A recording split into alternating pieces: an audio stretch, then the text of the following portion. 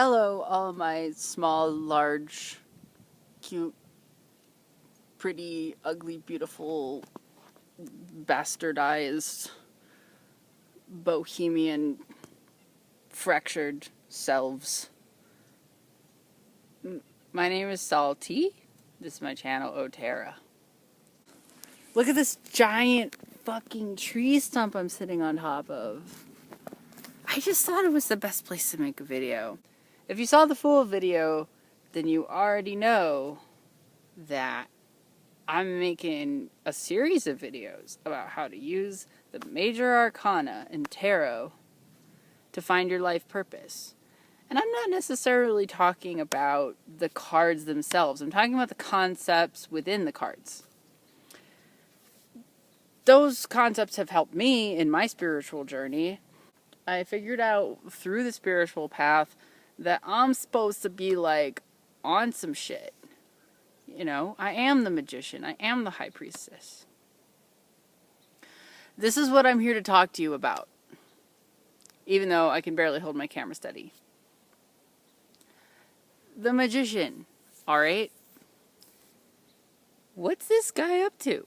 He's got his tools all laid out on his table, and he's got his hand up to the sky. Reiki practitioners have the ability to channel energy through their hands. Everybody has the ability to do this. It does take knowledge. It does take spiritual knowledge to be able to channel energy, because then you can be able to implement this sort of mechanism within yourself. And to me, that's what the magician is all about. It's about implementing spiritual mechanisms within the physical body. And the high priestess, on the other hand, is about knowing the wisdom of the physical body by doing things like meditating and channeling and grounding and centering, all those things that you can do in the yogic practices or in any kind of, Buddhist meditation practices, or, prayer even. Prayer is actually a misunderstood thing. I honestly believe that prayer is a form of magic, and that different holy texts, sacred texts, use archetypes, just like in the tarot, to communicate these overarching spiritual themes and messages. What I think about God, the nature of God, is I think that it is the deepest, smallest particles. Essentially the nothingness and everythingness that exists within all of us. Another video I was watching on this lovely website this girl was talking about, you have your thoughts, you're observing your thoughts. What's observing the thoughts? Bam! The universe. The universe. I know, I'm so clever. But that is what the high priestess is motherfucking about. She's about the universe and the wisdom that lies within your DNA. And fuck if this ain't an archetype right fucking now. The deep woods. These deep woods are meant to say something. They're meant to convey a spirit itself. The whole woods have a spirit. And what we do in places like this is we combine the essence of the high priestess and the magician. Because what does the magician do?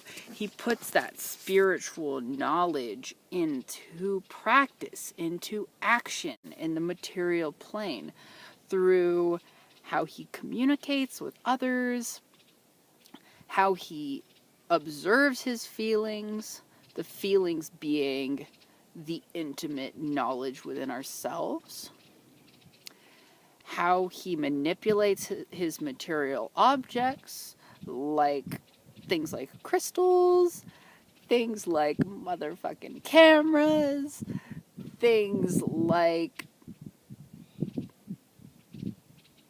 money.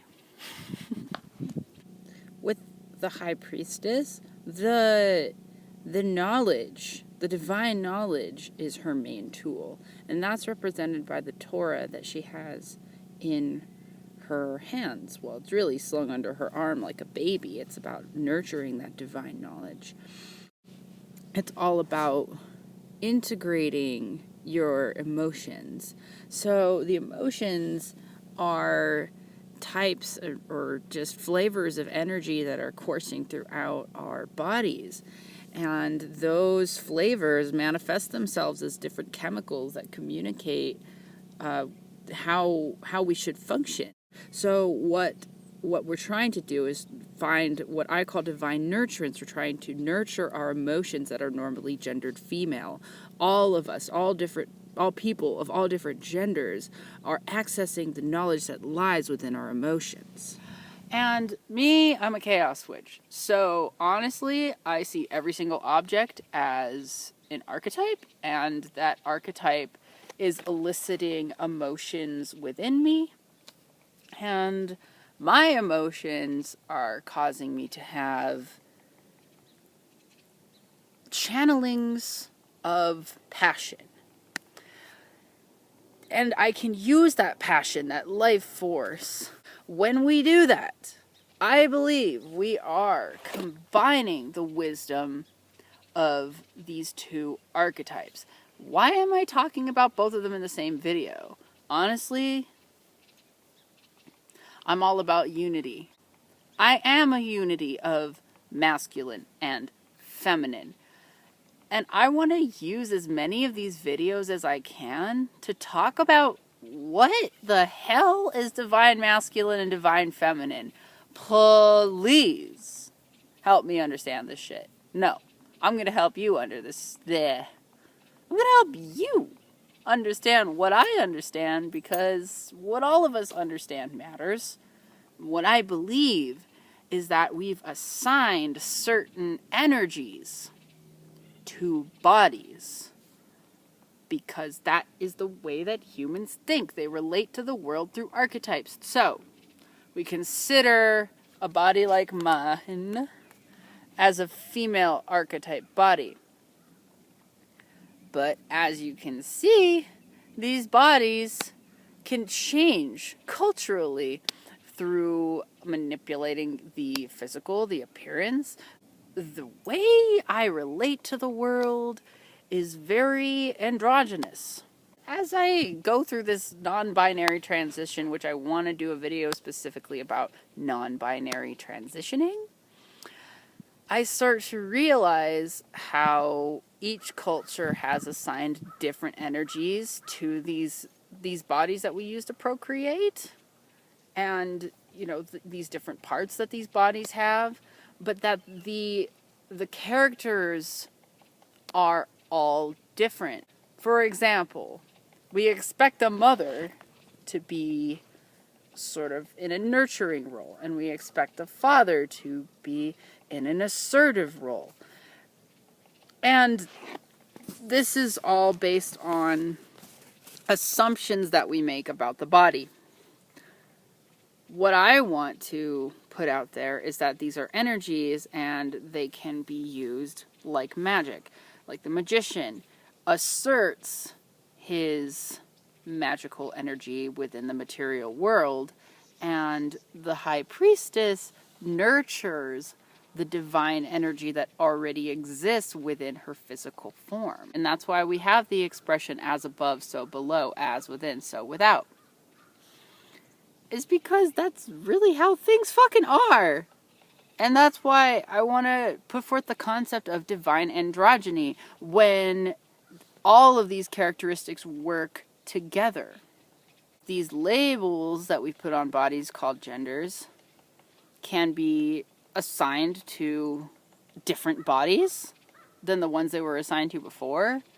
And that is a merely social material construct to describe these energies.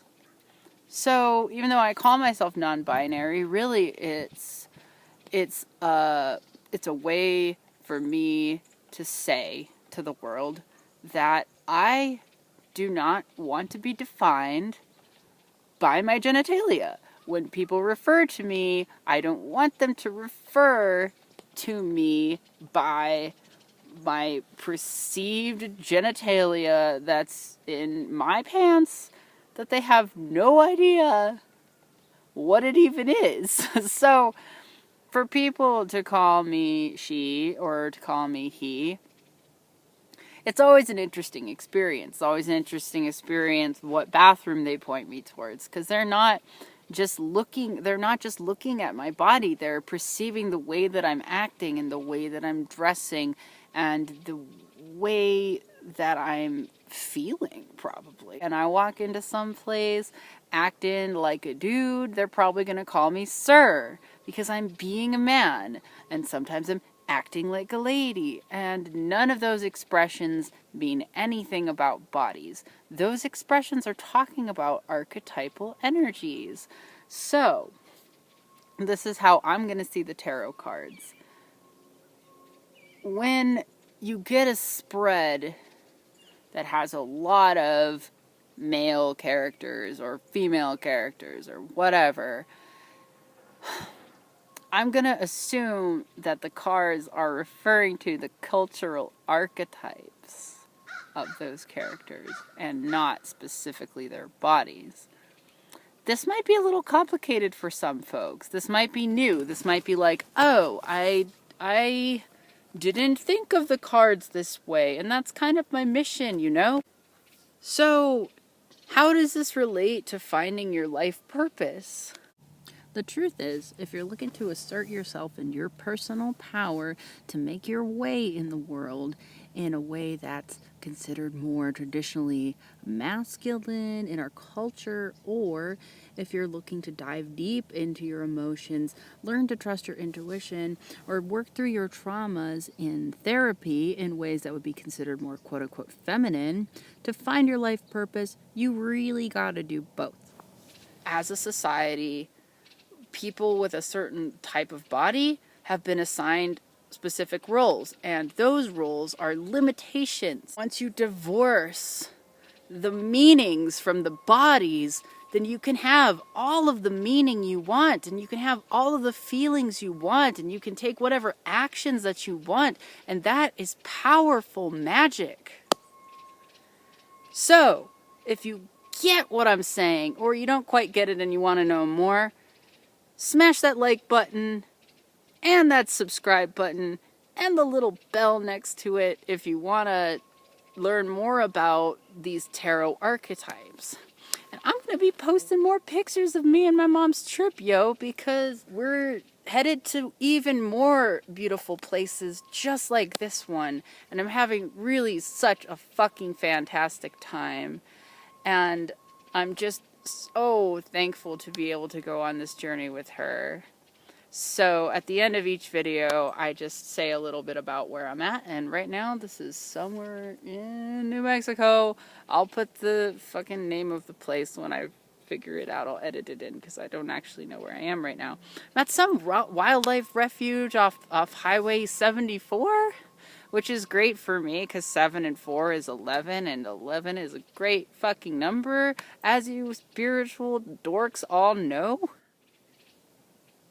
Anyway, more on the divine masculine, divine feminine, what I call the divine assertiveness and the divine nurturance, in the next video, which is going to be the Empress and the Emperor. So until then, take care of yourselves.